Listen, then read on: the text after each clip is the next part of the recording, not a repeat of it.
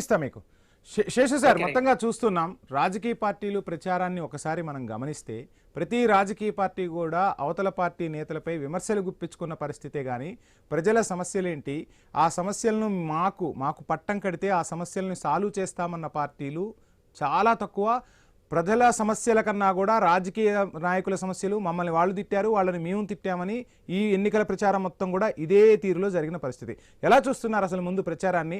నాయకులు ఏంటి అసలు అంటే ప్రజల సమస్యలను వదిలేసి వాళ్ళ సమస్యలు వాళ్ళ మాటలే మాట్లాడుకునే పరిస్థితి రావడానికి ప్రధాన కారణం ఏంటి సార్ అసలు? వంశీ చాలా మంచి ప్రశ్న అడిగారు.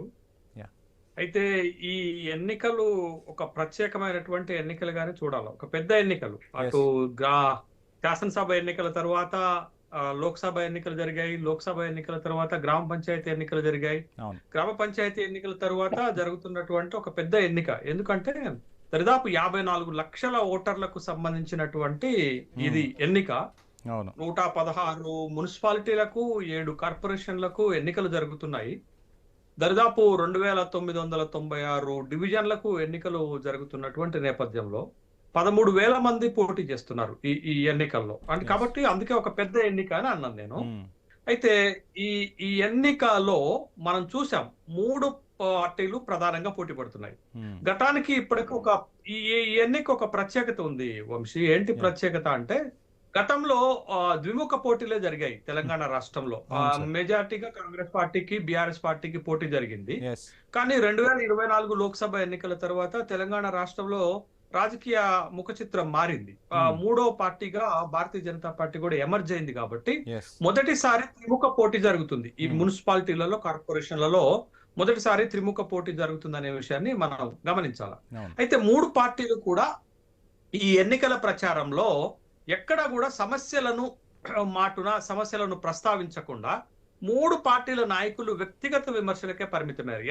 ఎంత తీవ్రమైన వ్యక్తిగత విమర్శలు అంటే ప్రధానమంత్రి స్థాయి నుండి ముఖ్యమంత్రి స్థాయి వరకు, ముఖ్యమంత్రి స్థాయి నుండి ఎంపీల వరకు, ఎంపీల నుండి ఎమ్మెల్యేల వరకు వ్యక్తిగతమైనటువంటి దూషణలు. అసలు ఎంత మాట వస్తే అంత మాట తిట్టుకుంటూ, అంత వ్యక్తిగతమైనటువంటి దూషణలు చేసుకుంటూ ప్రజలను ఒక విధంగా మభ్యపెట్టేటటువంటి ప్రయత్నం చేశారు.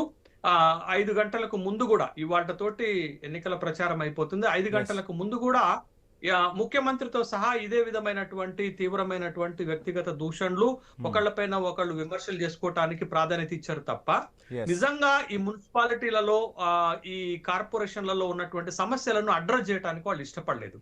మీరు చూడండి, తెలంగాణ రాష్ట్రం ఏర్పాటైన తర్వాత కొత్తగా ఒక 70 మున్సిపాలిటీలు ఏర్పడాయి వంశీ. అంటే ఇవన్నీ కూడా ఇవాళ ఎన్నికలు జరుగుతున్నటువంటి 50% మున్సిపాలిటీలు అన్ని కూడా కొత్తగా ఏర్పడినటువంటి మున్సిపాలిటీలే. ఈ కొత్తగా ఏర్పడినటువంటి మున్సిపాలిటీలలో ప్రజలకు కావలసినటువంటి బేసిక్ ఎమ్యూనిటీస్ లేవు. ఆ బేసిక్ ఎమ్యూనిటీస్ గురించి గాని, కల్పించడానికి సంబంధించినటువంటి నిధుల గురించి గాని, వాళ్ళ దగ్గర ఉన్నటువంటి అజెండా గురించి గాని మాట్లాడకుండా కేవలం పార్టీలు, రాజకీయము, వ్యక్తిగత దూషణలు, మీరేం చేశారని విమర్శించుకుంటూ ప్రజల అజెండా కాకుండా, ప్రజల కేంద్రంగా కాకుండా ఈ ఎన్నికలను ఒక వైపుకు లాక్కొని పోయారనేటటువంటి విషయాన్ని మనం గమనించాలా. ఇవాళ ప్రధానంగా నగరాలు నరక కూపాలుగా మారిపోయాయి. నగరాలు